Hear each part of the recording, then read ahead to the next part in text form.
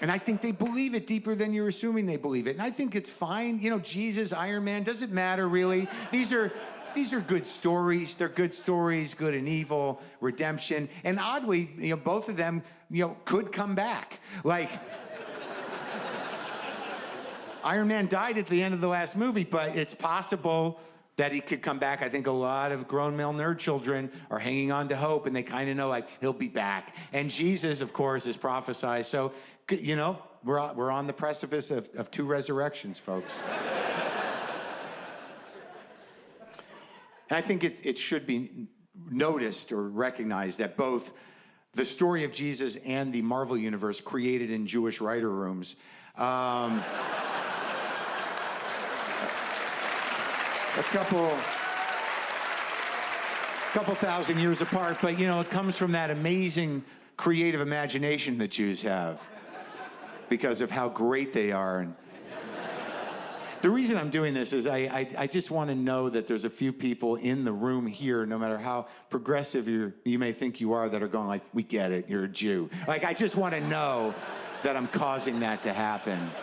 Because I believe that most people are anti-Semitic, given the option. I'm not saying they're walking around saying, fuck the Jews, they're terrible, but it doesn't take much baiting, you know, like, hey, you know, the Jews kind of stuff. Yeah, you know, you're right, fuck them. Like, it's right there. And I think that I'm trying to find it in you so you see it in yourself. But I know you're asking, why are Jews so amazing? Where does that creativity come from? And I'll do a quick impression of Jewish creativity for you right now. This is my impression of Jewish creativity. Keep making shit up that they like so they don't kill us. It's a deep place. It comes from a deep place. Yeah. The more modern version of that in the comic book era was like, I didn't flee Poland for them to kill us. Keep making up superheroes. Similar thing. Am I right? I don't really know. I don't know. Here's the weird thing about being a Jew. Is like, I'm not religious, but I am prone to prophecy. And I don't mean that in an arrogant way. I'm not saying I'm a prophet, but if I'm terrified, I'll go mystical. You know, I mean, I don't mind. I'll do it.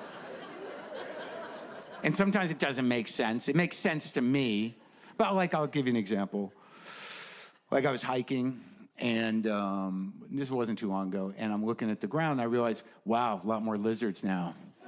I don't know what that means, but like, I think it's deep. I think that Trump has opened the lizard portal, and I think you should share that. Why can't that be a little thing of information that you spread around a little bit? Just walk up to somebody, like, say, Maron said the lizard portal's open, and people be like, what the fuck are you talking about? And you're like, I don't know, but it sounds scary. It sounds real. Sounds like it's happening. The lizard portal? Yup, the lizard portal is open. Saw a coyote out during the day. That's not right. They're nighttime monsters. You can tell me the lizard portal isn't open. It is, and day coyotes are among us. And you're going to say that's not a fucking problem? That's not a harbinger of what's happening? Our state is on fire right now. It's on fire all the time. Every year, California is on fire to the point where it's just the way it is. 2 weeks ago, my friend Lynn said, aren't the fires a little late this year? How is that something you say? Like it's a season. It kind of is a season. Once a year, if you live in California, you're like, ah, fuck, there are ants and shit's burning. Must be summer. So they are late this year. And it's crazy, man. We just kind of live with it. And they're worse and worse. And, you know, like you get those panicky calls from friends and relatives on the East Coast. Like my mother will call from Florida. Hi, are you okay? Yeah? What are you talking about? The fires. Oh, shit. Yeah, they're not by me.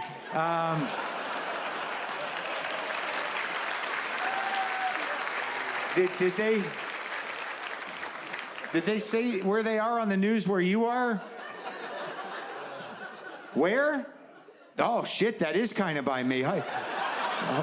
Hold on a second. I'm going to take a look out my front door here. Oh, shit, Ma, I got to call you back. I can see the fires. They're like right here. Yeah, I got to call you back. I got to get a selfie with these fires. Fire's getting close. Hashtag ouchie. Hashtag end times. Hashtag Los Angeles 2019. It's happening. Yeah, I don't know what it's going to take to get everybody, to get, like, you would think at this point that we'd, like, haven't we been entertained enough? Weird thing for me to say, but Jesus. Like, isn't there something that could bring everyone together and just realize, like, we've got to put a stop to, like, almost everything? Right? Oh, my God, what would it take? Something terrible. That's what brings people together. Nothing good. Occasionally a concert outdoors. But that never really goes anywhere.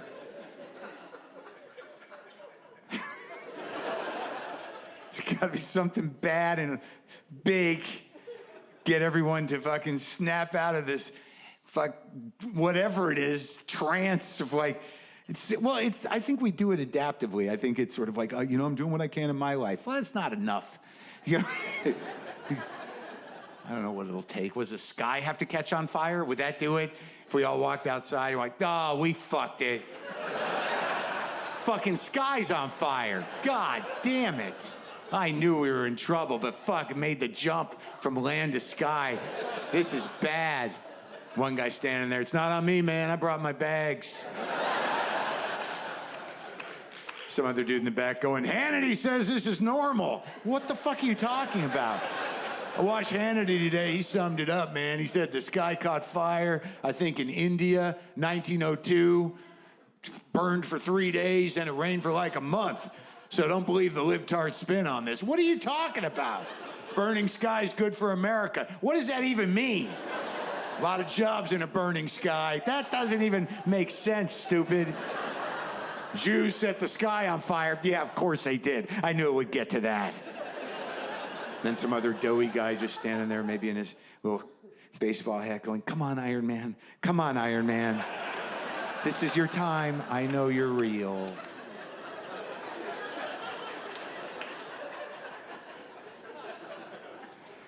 My mother is still alive, and, sorry, wrong tone. I'm blessed to have my mother still with me. Better? No, she's still around. That's good. And I think she's part of it, the whole end thing.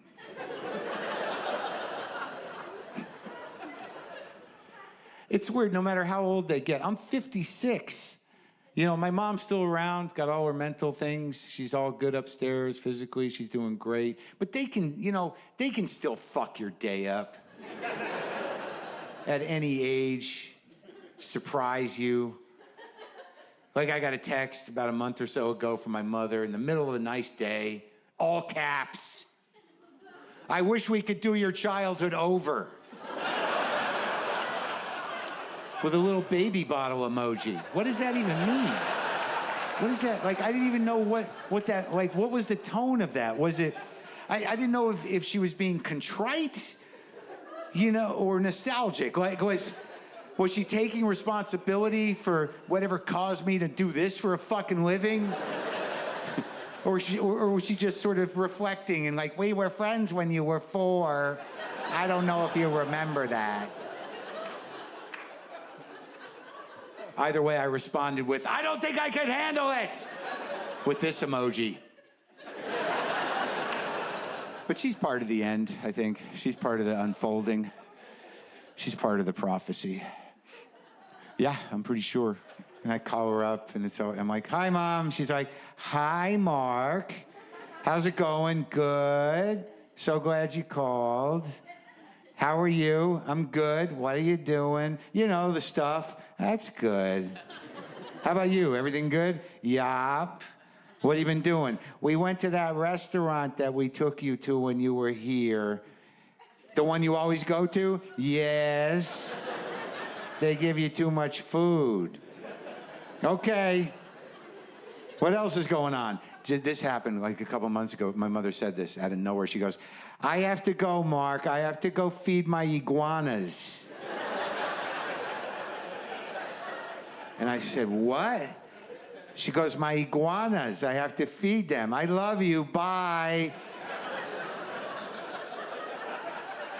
My mother doesn't have iguanas. And I thought, this is her. This is it. She's starting to go, right? But then I thought, wait, maybe it's like senior sex code. You know what I mean? Maybe there was a couple of octogenarian men sitting on her sofa in their boxers going, when's this going to happen? Is it going to happen? You can laugh at that. She's my mother. She can, you don't have to respect her. She can take the hit. She likes to be talked about.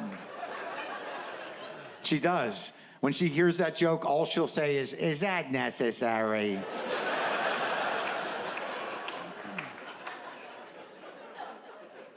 But iguanas, man. I did a Google search on South Florida and iguanas. Yeah. Turns out there's a massive iguana problem in South Florida. They're all over the place. They're out of control. They're eating through power lines or showing up in cars and homes. There's literally iguanas fucking everywhere. So yes, the lizard portal is open.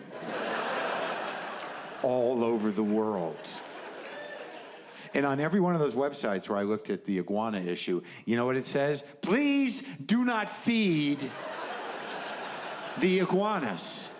But my mother has taken it upon herself to, I assume she thinks she's feeding the same few iguanas every day out behind her house, like they're her friends.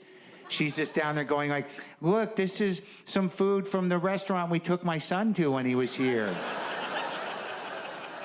They give you so much food. I hope you enjoy it. Look at your tongue. Look at the tongue. Look at the tongue. Now, and if that isn't written somewhere in the prophetic books, when the aging Jewish witch feeds the dinosaurs off her deck, the return of the Christ is upon us. I believe it's in Revelation, and I just want to say, that's my mommy, and I'm proud of her.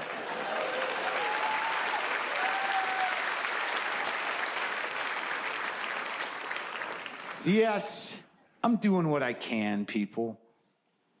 I'm a 56-year-old man, just trying to stay woke, you know? Yep, I am of the generation that needed waking, for sure. I think I'm about 85% woke, and the other 15 I keep to myself.